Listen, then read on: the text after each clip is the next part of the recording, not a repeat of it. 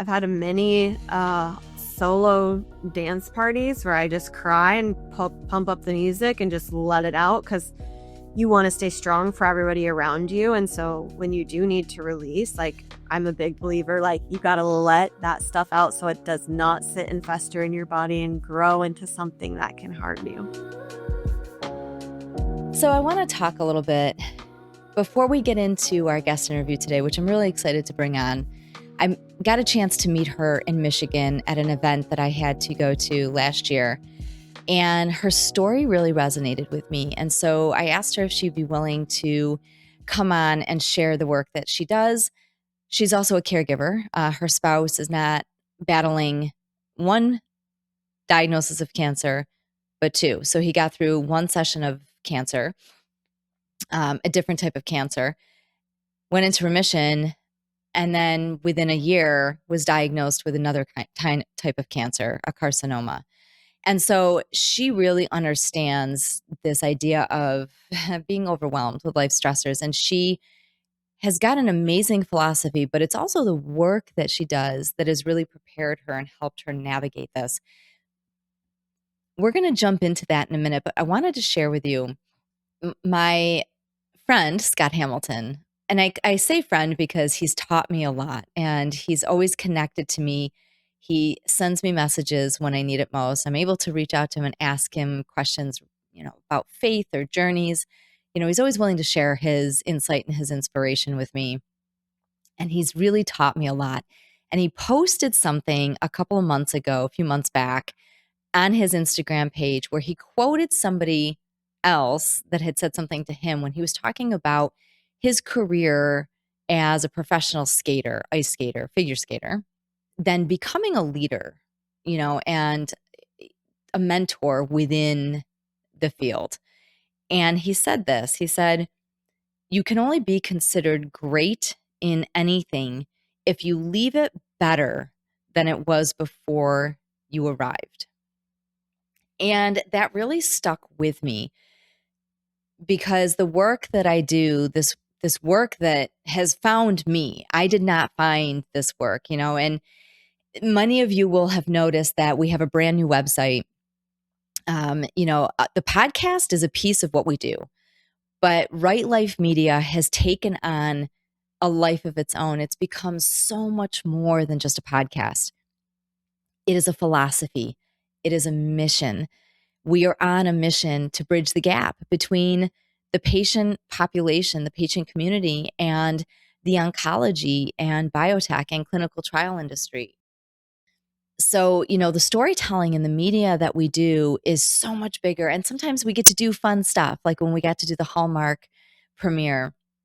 But there's always kernels of knowledge within that. There's always seeds of truth. There's always something or a reason why we're doing what we're doing.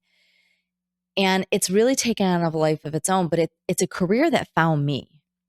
And my hope and my goal, when I first started out doing this, I wasn't exactly sure, okay, what is it I'm doing within this? How am I helping? What can I do? What am I seeing that I want to make better? And that's why this message really resonates with me, because I want to leave this industry better than it was when I arrived. There is a gap. There is this need to better understand the patient setting, the patient mindset. There is a need to understand when we talk about impact investing, clinical trials need investors. They need funding. It is the only way we're going to move the needle in immunotherapies, in cancer research.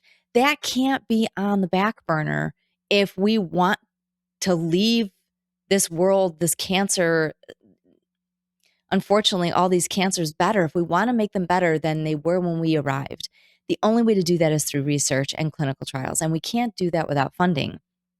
But investors want to know, what's my ROI? What am I getting out of this?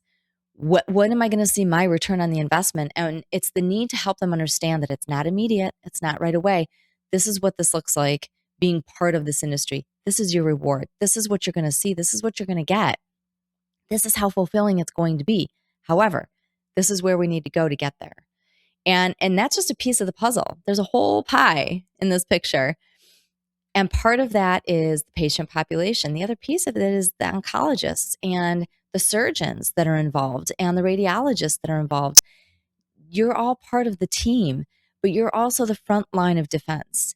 And I cannot stress that enough. Patients only know what you tell them. And if there is something, whether it benefits you as the professional or not, if there is something that could help your patient, and if that means that they have to leave your treatment facility to go somewhere else, if that means that they are not getting their tumor biopsied with a certain lab that you use, they're using a different lab that's covered under insurance because they do much more of a genomic testing and DNA testing, and it's much more elaborate, much more thorough. Get it done. Give that information to your patient. You don't lose anything. You don't risk anything by helping that patient out. And we understand that you have many, many patients, and there is a high burnout rate in doing the work that clinicians and oncologists and surgeons do. But it's also about patient first. And we are all in this together. This is all about working collaboratively, working innovatively, working together. And that is the role that I've taken on. That is the work that my team and I do. We are medical media storytellers, but I want to leave this industry. I want to leave this field better than it was when I arrived. And I'm not done. I'm not nearly done doing the work that we're doing and telling the stories that we're telling. But that really resonated with me. And so I have to give a shout out to Scott and say thank you, because finding that reel, that really hit home, and it gave me a lot to think about for, my intro today into this episode. And it fits nicely too with what we're talking about with our guest today. So it's important, everything that we all do in life, no matter what it is you're doing, no matter what it is your industry is or your field or the work and career that you've chosen, leave it better than it was when you arrived. I can't stress that enough. If we can all take on that mission, I think we've got a fighting chance. And so that's my message today. That is what I want to leave with everybody. I want you to all sit with that today. And after a quick word from one of our sponsors, we will be back with Melissa Coulier to talk about health, wellness, movement, the importance of movement in our lives, and how she handles and balances being a caregiver and a spouse and taking care of herself along the way. So she will sit down with us next. GT MedTech and Gametile Therapy are a premier sponsor of this season of the Game On Glio podcast. Learn more at gametile.com.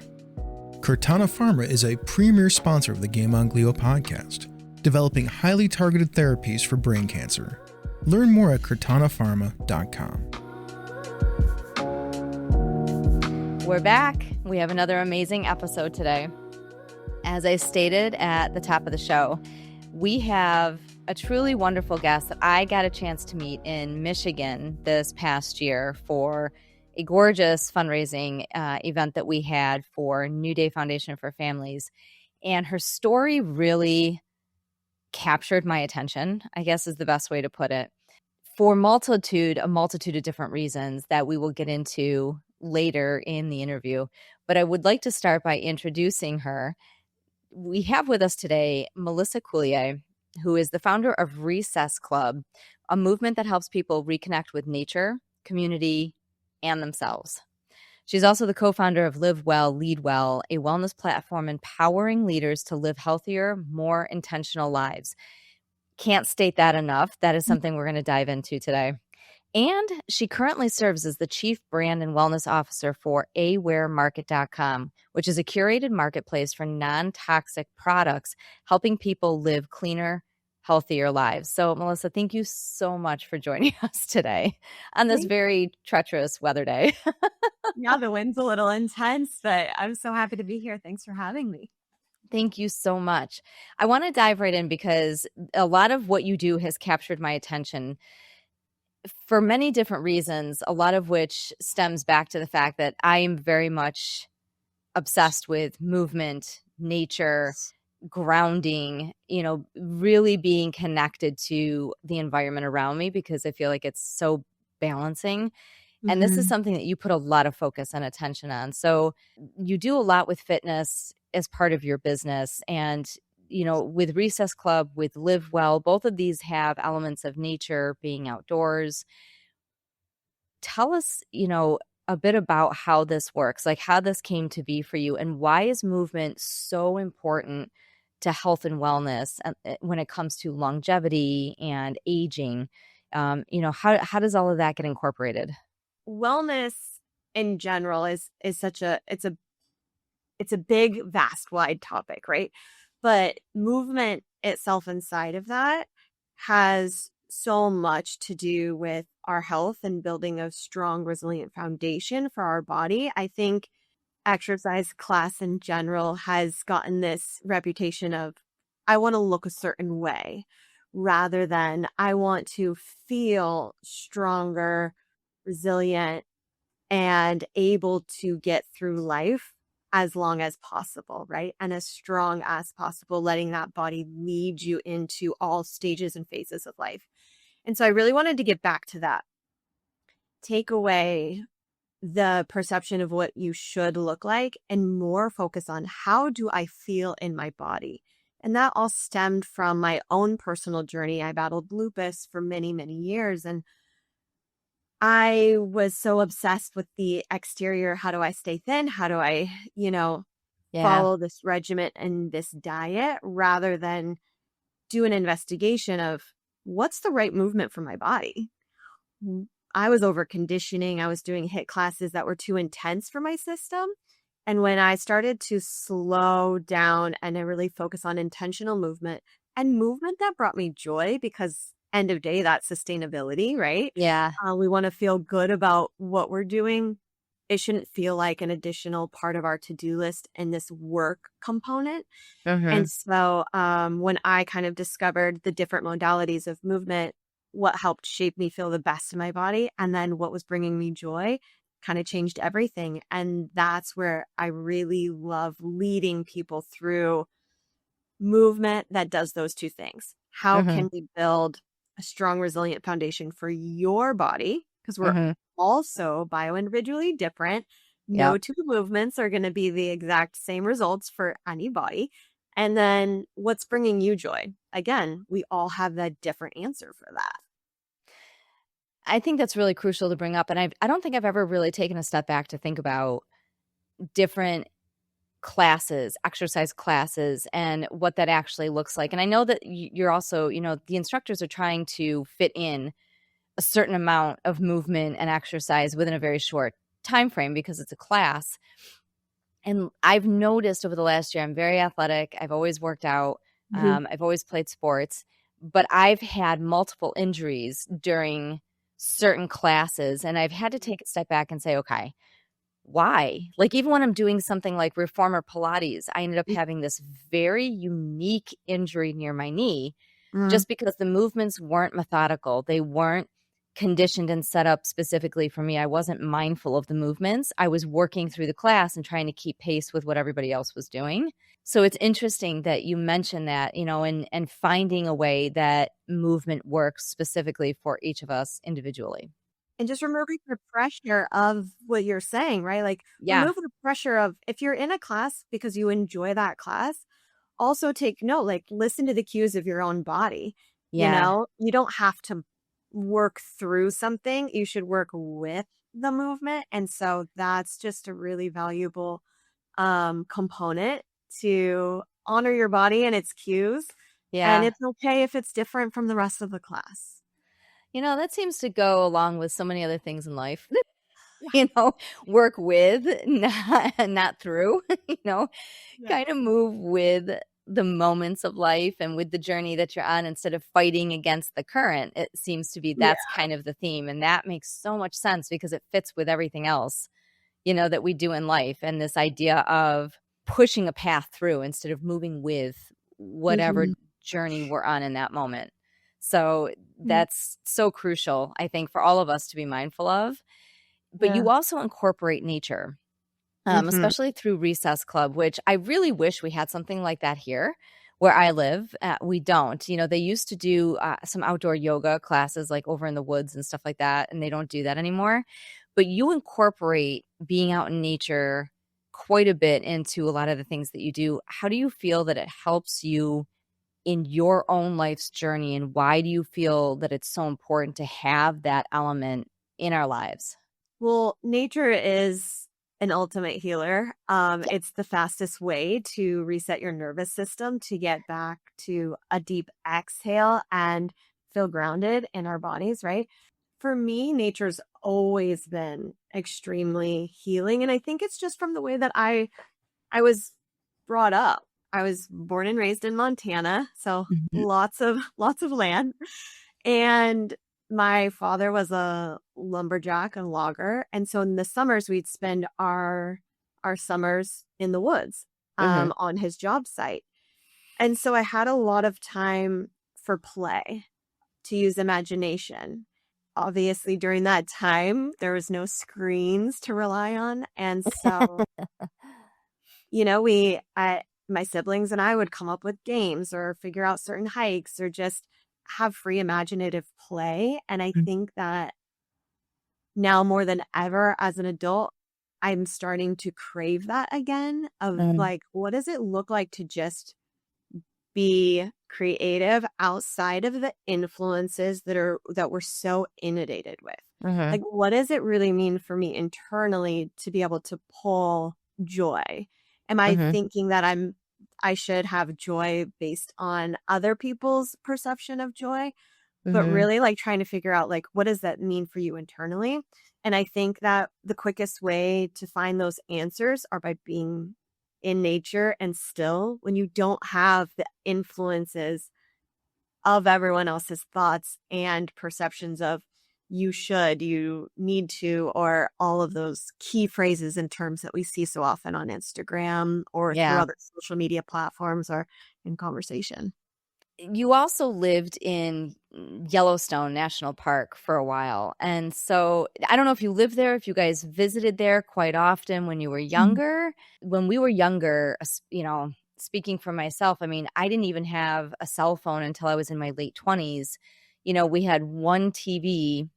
I was lucky enough to get a TV in my bedroom my senior year of Wow, high school, but it was like that's pretty one of those small, TVs. You didn't have cell cool. phones, you didn't have pagers. Like, you had a landline in the house, and that was it. And when you were out, you had to, if you needed to check in with your parents or something, you had to use somebody else's phone, but you were connected to just what was going on around you in that environment. There was no being in person with people or being out in nature and still being connected to social media and the internet. And I do think that that plays so profoundly in the way that we think and see things and interpret things these days, and Yeah. finding a way. And I think there's a reason why we crave getting back to those roots and to that simplicity. Yeah. No, absolutely. I couldn't agree with you more. And Yellowstone National Park was a very short drive for us. From my hometown is Livingston, Montana. We used to do all. I feel like every one of our, school field trips was to Yellowstone National Park, and when I was younger, I was like, "Oh my gosh, like Yellowstone again. We were just here last year." Like it was so boring at the time. And now I look back and I'm like, "Oh, you are one of the luckiest kids to be able to have these experiences and learning about the national park and the wildlife that, Yeah. resides there and about the hot springs and the thermal land and all of the different things." And then later on, I actually did some tour guides through Yellowstone Park Oh, wow. when I worked for a company who did tour guides through Yellowstone Glacier and the Tetons. So yeah, So this is really built into your DNA. yeah. It's like where I just feel the most at home and at ease. Mhm. And there's another next level of like survivalist and all of that. That's not necessarily my DNA. But just being outside, I think we take for granted, or we have this expectation where you have to be the best at something in order to enjoy experiencing it. And I just really want to like take that away. Mm-hmm. I I don't want people to have to feel intimidated by being able to just like go on a hike or a walk. And sometimes doing those things, if you're not used to being in nature, it can feel intimidating or nerve-wracking, especially to do it on your own. So just removing the barrier of uncomfortability to make it accessible for people. So I want to take that aspect of it and I want to kind of apply it to this next question because you've been on quite the journey and it's something that I closely relate to. And so I have a feeling, I'm sure that movement and being in nature helps you stay balanced through a lot of this. But you are married to actor David Coulier, who is best Mhm. known for the 80s hit sitcom Full House. While you guys, I mean, you've been together for an extremely long time. It's a Mhm. journey that has been fraught with a bit of stress and emotional upheaval because you are also now a caregiver to him and for Mhm. him and an emotional support for him as he has battled multiple health issues. Tell us a little bit about going through that. Nobody ever enters into falling in love and getting married knowing that when you say, and I've said this to so many people, I'm like, when you stand at the altar, no matter what that looks like or Mhm. where it is, and you say in sickness and in health, you don't expect the sickness part to come up so quickly. So, You're thinking y- about how do I get the quickest way to the reception to go celebrate with my friend? right? Yeah, you're just living on cloud nine and you're just Yeah. happy in that moment. And so he's had issues. He's been diagnosed with cancer more than once, and we will get Mhm. into that a little bit. But tell us a little bit about that. Like when this first transpired, how did you both process this? And how did you lean on everything that you do for a living and in life to help you navigate that? Yeah, so the first time he was diagnosed was a little over a year and a half ago. And it I mean, initially, when you get Mhm. the diagnosis and hear the words, you Yeah. have cancer or I have cancer is what he, shared with me because he took the call from the doctors before I was home. And I thought he was joking at first. I was like, this isn't Mm. real. Like, this can't be. And, He might be funny, but not that funny. and, cancer's taken a lot from us already. I mean, it took his mother, his sister, his niece. And so we're no stranger to cancer or what its capabilities are and how the destruction it leaves. I think once we figured out and heard the words, it was like, okay, what do we do? It's like, how do you make an action plan? And so I had never been through it the way that Okay. he had you know, with his loved ones. So it was, what are you going to need Mhm. so that you can be the best player in this game? And what do I need in order to be the best player in this game so that we as a team Mhm. can win? And we approached it from a very like team mentality and then found who are the doctors that we're going to be relying on for pain management, what are the tools that we're going to be relying on for the holistic side. It's like we did a ton of breath work together when certain pain points would happen or neuropathy would kick in, or I leaned into everything that I knew how to do holistically. Mhm. And then we also leaned into everything that we could on the, Eastern side of things. I mean, on the Western side, we really like took an Eastern and Western and brought the two together to have the best possible chance Mhm. at attacking it. Yeah. I think right now we're also in this like climate where it's very much one or the other.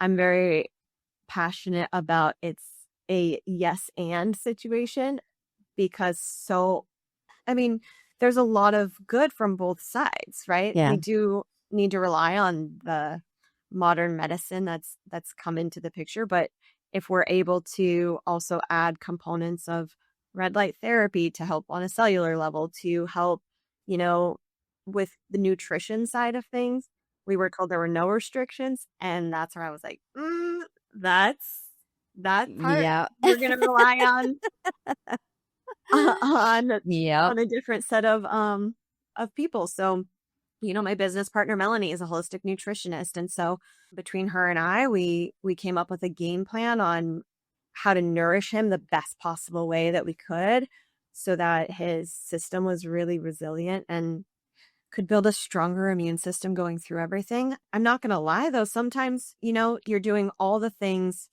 in all the directions in all the ways, Yep. then you still have some really shitty days. It's Yep. just, and you also have to be okay with that. I think I held a lot of guilt for not being able to be everything, and being able to take the pain away and being able to take all of the, so Mhm. it's a lot, as you lost your Yeah. essence. So when you're going through it, Yeah. you can do all of the right things and still have bad days, and Yeah. just know that, like, there's no perfect way. And I had to learn that, because I really tried to perfect every part of the healing process. And some days he's like, I just need a wife today. I don't need the nutritionist, Melissa. I don't need the breathwork, Melissa. I don't need Yeah. the fitness instructor, Melissa. I just need wife. And so it's like, and those are the days that are important too, of like, all right, you're just gonna sit there through it and, hold each other, and Yeah. like, and that's part of the healing too. So It's important that we touch on that, and because this was going to be my next question. I don't know if that's kind of the answer that you would go with, but what do you want? What do you think most people don't understand about being both a caregiver and a spouse? And you did just say, that Dave told you, today I just need you to be my wife. You have to really know how to communicate, whether you're the patient, or the caregiver slash spouse, even before people get sick. Communication is already a hurdle and a barrier for most people. yeah. And it's tough to know what hat to wear when, Mhm. because you're walking alongside them. You're in this journey with them, but you are not the patient, they are. And so you know what they're going through to a degree. You're there 24 hours a day with them, but because they're the ones that are actually in their skin, they're the ones going through that, and you're along for the ride because you're their spouse and their partner. It's hard to navigate. It's hard to know, okay, what hat does he or she need me to wear today? What do they Mhm. need support with today? What do I need to do for them today? And I found that very challenging, very difficult. So is that something that, what caught you off guard, or that you're like, wow, this is not what I was expecting? Every day it's different.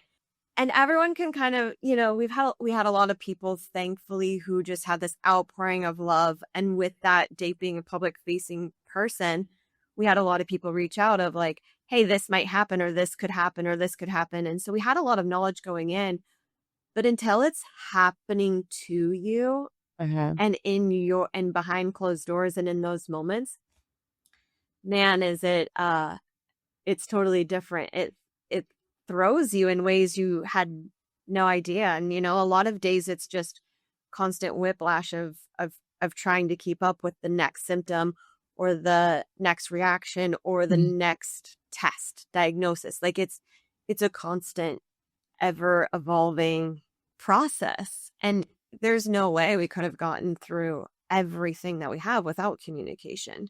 I've always been a pretty open person, and so has he. And so from the very beginning, we knew that that was going to, be key. And then we just try to honor what each other needs. It's finding and giving each other the grace, because, some days I'd be like, I'm doing everything I can, but this is my first time too. Like, Yeah. I'm not an expert in how to navigate it. So Yep. what do you need? And it's doing the same both sides. Can I ask, given everything that you do and then everything that you know, how did you tap into that to take care of yourself? Because I think that that's something that I try desperately to reinforce over and over and over again. I try to hit that nail over the head constantly for other caregivers, especially young caregivers that are spouses. We have a tendency to forget to take care of ourselves Mhm. when we're taking care of them. And it's something that I learned the hard way. You know, when Mike died, I had my first physical, because I postponed all of my stuff Mhm. while he was going through his. And then I finally got back into mammogram, annual Yeah. physical, dental, Yeah. doing all these things. And I went into my physician and she's like, oh, wow. She's like, okay, so you're 103 pounds. I'm Mhm. like, no, I'm not. I'm 112. I'm like, you've got the wrong chart. And she's like, no, you're 103. She's like, I'll look, but you're 103 pounds. And I didn't even know until Yeah. I started looking through photos and videos from his funeral. And I Mm. took a look at that and I was like, oh my God, I can't believe how much weight I lost. Like, I just wasn't eating. I wasn't eating well. I wasn't eating at all because I was stressed and because then I knew he was at the end stages. How did you tap into everything that you know to take care of yourself? And I mean, did that kind of get put on the back burner at first? You kind of just like move into action. And so luckily I had a, a pretty good routine set up for myself prior, right? So I was able to kind of like stay within the parameters of my routine of, keeping movement in, and Mhm. I kind of like used and relied on those tools as a crutch just to create the structure in the day so that Mhm. I had some sort of routine. So it was making sure that there was stretching and movement and all of those things in the morning. So I definitely leaned on that. I will say that I also have extremely great friends and support group, and relying on my business partner, my sisters, my family. I don't know how many times I've received text messages throughout the day from my business partner and friend Mel, who would just say, did you eat today? What was your lunch? Are you nourished? Have you walked outside? Are you breathing? Like, those little reminders to just, Wow. it's a team effort. Like, it's so much more than just what's happening underneath your roof, which is also very Yep. intense. But it's also, okay, you do need the support and those reminders and those little nudges. Mhm. And so that part was great. We'd had so many times where my friend Kate would be like, oh, I know that today's a chemo day. I set your dinner in front of in your door, like, so when you get it, like, I'm not gonna bother you today, That's a like, great support eating system right just, there. and Yeah. it's small things like that. And other friends who made meals, and that was the great part about working with Melanie and having her as such a huge support. Is I asked her, everyone kept asking me, like, meals, what can I do for meals? What can I do? And that to me was just like another task and another job. I was like, I can't. I'd rather just like figure it out on my own than do it. So Mhm. Mel kind of took that on. She was like, send your friends to me and I will tell them what you guys are eating, what you're not eating, the ingredients to use, recipes to do. And so she took that on and did that. Because I am pretty, strict about what types of food we eat. And you don't want to like tell someone, hey, we don't eat gluten, we don't eat sugar. Like, maybe don't make that. You don't want to be a burden back when they're trying to be helpful. Yeah. Yeah, exactly. Like, it's the balance. I leaned into movement, especially with Dave, like after every evening, we'd make sure to go for a walk just to like go outside, be outside, get fresh air, no matter the weather, and also just move.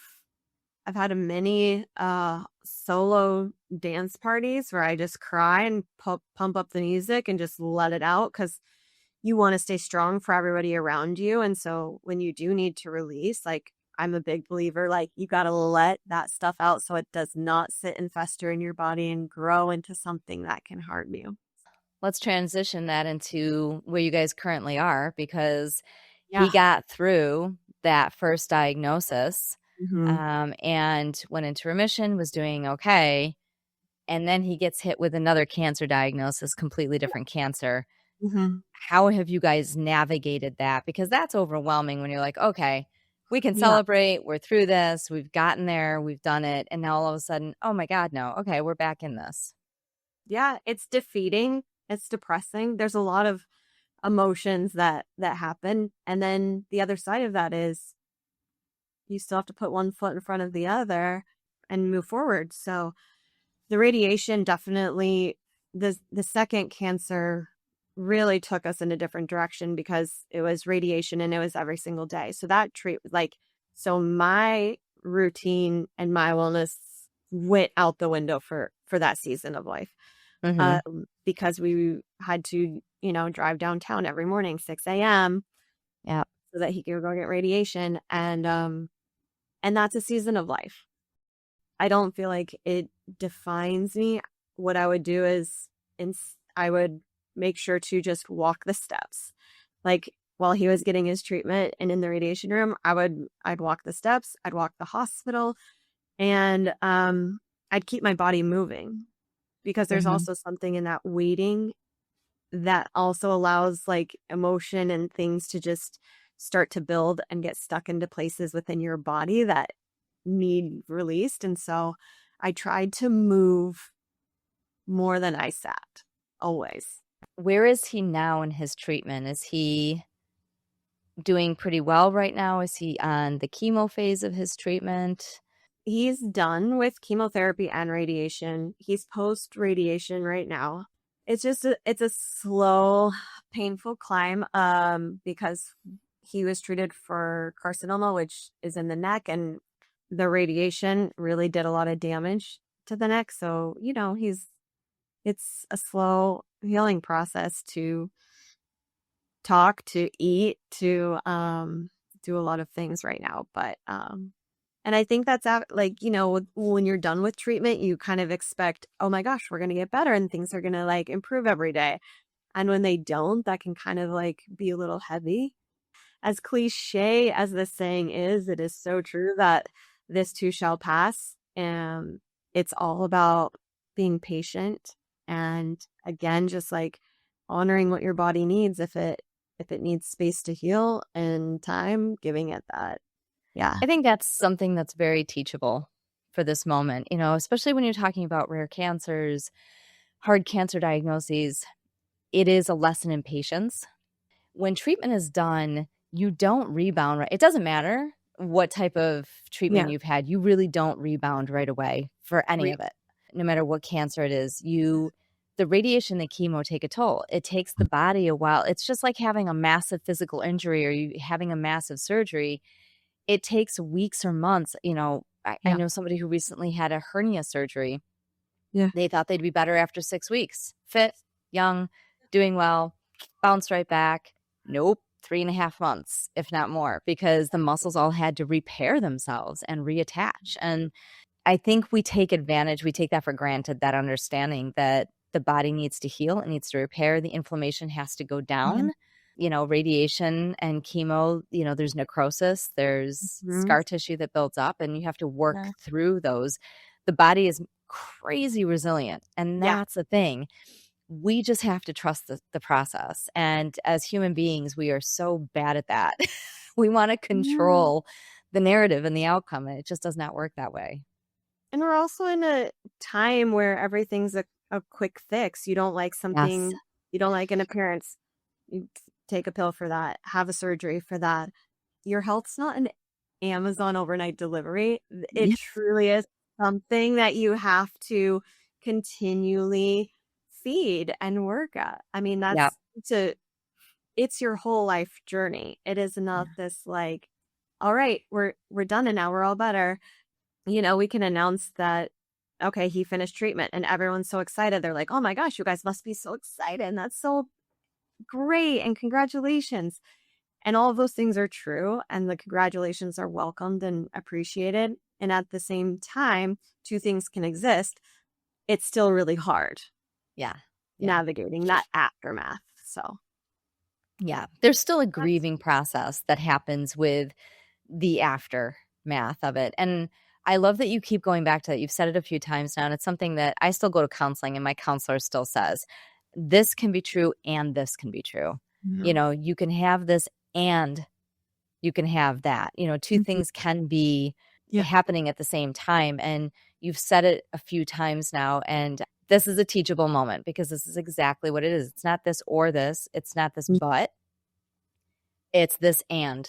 This can happen. We can have this and still be feeling this grief and this loss and this, you know, and the repair that needs to be done. So I think that's really important to stress.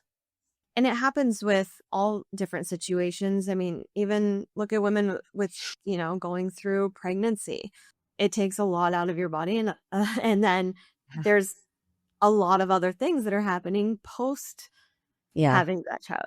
To your point, it happens on many different scenarios and different levels. Trusting that as long as you're continually doing the work that is serving your body in the best way possible, that the healing will come. You know, if someone's dealing with a hard life transition or a cancer diagnosis, or I mean, even like with me, I'm going through perimenopause right now. It's not fun. Oh, I hear it. I hear that. This is the worst. This is outside of what I've been through in the last 5 years. And the fact that I'm going through, it's like somebody's laughing saying, well, we're just going to add this on top of everything else you've gone through right now.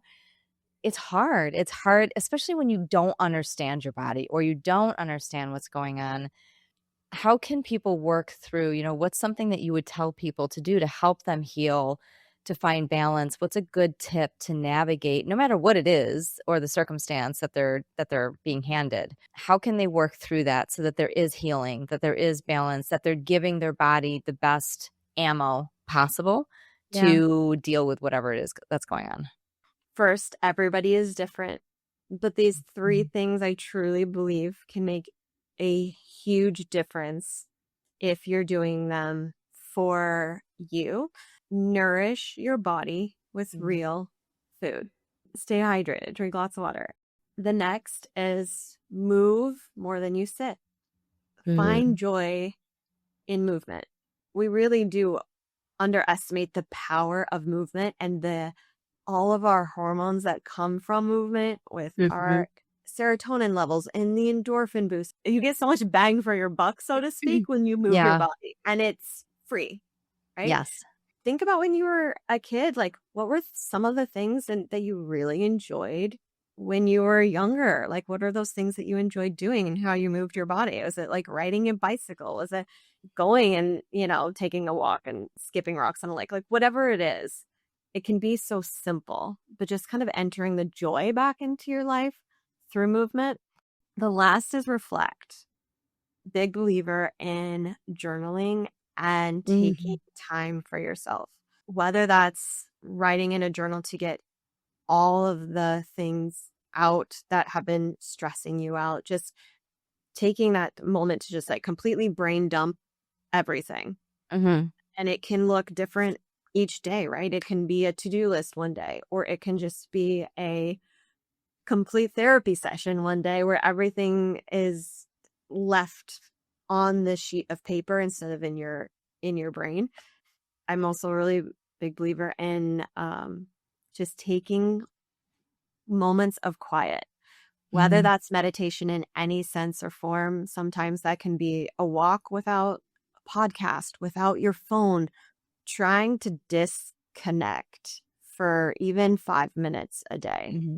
I have one more question I want to ask you before we end this amazing interview, but I want to know what your take is on the power of walking, because a lot of people, when they hear movement, they just don't consider walking to be very healthy for you. And I have read so many studies and so much research that goes against that narrative and that thinking. And I have this little old lady who lives across the street who's got to be in her 80s. And every single morning, no matter what the weather is doing outside, it could be blizzarding. And she is out there walking for an hour every single morning to start her day.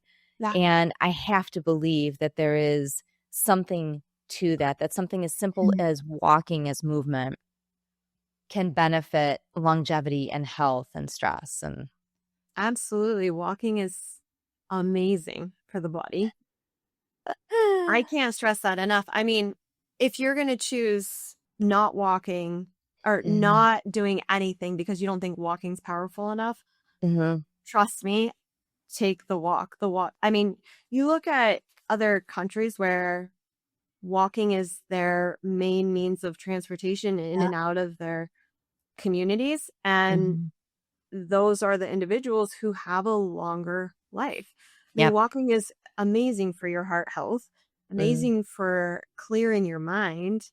Mhm. Your oxygen is sent to the brain right away. So, I mean, not only that, but walking with someone is even more powerful. Mm. Um, because you're also getting that community, and you're able to your bonds happen faster when you're in motion with someone Mhm. else. And so that's something that I feel is really underrated too. Like an evening walk with a friend or a partner or your kids Mhm. is one of the strongest forms of um that you can have for bonding. Wow. I never thought about that before. I like that. Um, and it kind of touches on this will piggyback on what we're talking about, but how does stress play into, because we're talking about physical health, we're talking about movement, but stress can have a huge impact in our physical health. How do we navigate stress, and that and the emotional burden, the emotional impact of just day to day of just life? I mean, there's just so much going on in this world. There's the amount of negative kinetic energy and chaos that goes on. How can we reduce the amount of stress and the amount of noise going on around us so that we can be intentional? I think the first step is to identify what your stressors are. We all have different things that set us up into a stressful state of mind. So Mhm. identify what your stressors are and then figure out how to control your intake of those. We were not built to receive as much information as we were being inundated with in today's society. We have news coming at us from all different angles on all different platforms. We have Mhm. opinions on top of that we're Yeah. inundated with. And then we have this narrative of you should do this. You have to do this in order to have muscle mass. You should be doing X in order to have enough protein. Put it in your popcorn in order to have it. Like Mhm. the amount of information and things that we're sold to in order for profit, it's Uh-huh. like try to think about stripping the noise Uh-huh. and really getting back to basics. Mm. It can be as simple as going outside for resetting your nervous system. Go for a 5-minute walk in nature and take deep breaths. Don't take your phone. Don't listen to the podcast.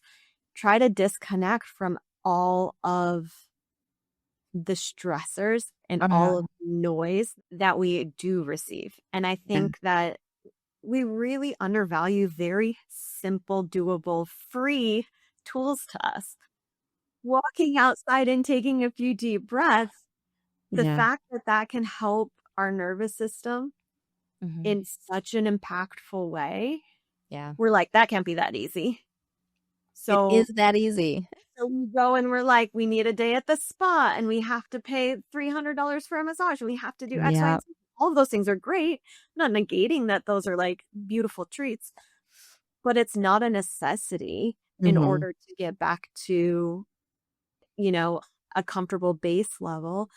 We can't avoid stressors. They're going to be everywhere. But if we can Yeah. identify them and set up boundaries around them, if it stresses you out that you're not able to have, a certain amount of time with your kids, look at your calendar and say, where are areas that I can cut and trim so that I can add and allocate more hours with my children or Yep. with lesson or whomever. Or, if it stresses you out to go to events, Mhm. maybe pull back on those. Are they just there's all these different things for everyone. And I think it's just a matter of taking a life audit and Yeah. then establishing some boundaries and then just getting back to basic. I think that's a beautiful note to end on. I think taking a life audit it's really important. I think that's crucial. And we're all going through something, it's part of why we do the show. It's part of why we do the advocacy and the work that we do outside of the show. None of us are alone in this journey. None of us are alone in this life. And sometimes social media can be a great thing, but it can also make us feel very siloed and very solo and very on our own with whatever we're going through. And we are all in this together, no matter what it is we're combating or going through. There's always a way for us to help each other. And and the work that you do, I find extremely fascinating and love that you do it. Your husband is extremely lucky to have you in his life. I think you guys are very blessed, and I'm constantly praying for him. That he's good to go. Yeah, it's all going to be fine. If people wanted to learn more about the work that you do, where can they look you up, or where can they visit to learn more about a lot of the stuff that you do? You can learn about it on Instagram. I'm at Melissa Coulier. And then I also am at melissacoulier.com if you want to join in any of the Recess Club events. And I host in-person community events around Michigan. And then my work with Live Well, Lead Well is livewellleadwell.us. Perfect. And for everybody who's watching and listening, I will have all of these hyperlinks inside the bio on our website, which will be brand new. We're launching a brand new website. So, many of you will have seen the new website by the time this comes up, but you will be able to find all the bio for each of our guests in the podcast section of our new website. So, Melissa, thank you so much for being with us today. And, keep me posted on how Dave is doing, and his progress and his journey. I have nothing but positive vibes for both of you. And I'm sure I will be picking your brain again soon about probably some movement stuff that we can give to all of our followers that follow us. So, we'll come up with something fun for everybody on Instagram. Great. Yes. Love it. All right. Well, thank you so much. And to everybody who's watching, we will be right back. You've been listening to the Game on Glio podcast, the podcast designed to educate, advocate, and tell real stories of those walking a caregiving journey, a journey through rare cancers such as brain cancer, and grief and loss. Like what you hear? Share us with others. Follow us on Instagram at Right Life Stories, Facebook at Game on Glio, or visit our website, rightlifemediallc.com. You can also subscribe to our YouTube channel, which has full video episodes and featured content. You can find us anywhere podcasts are played.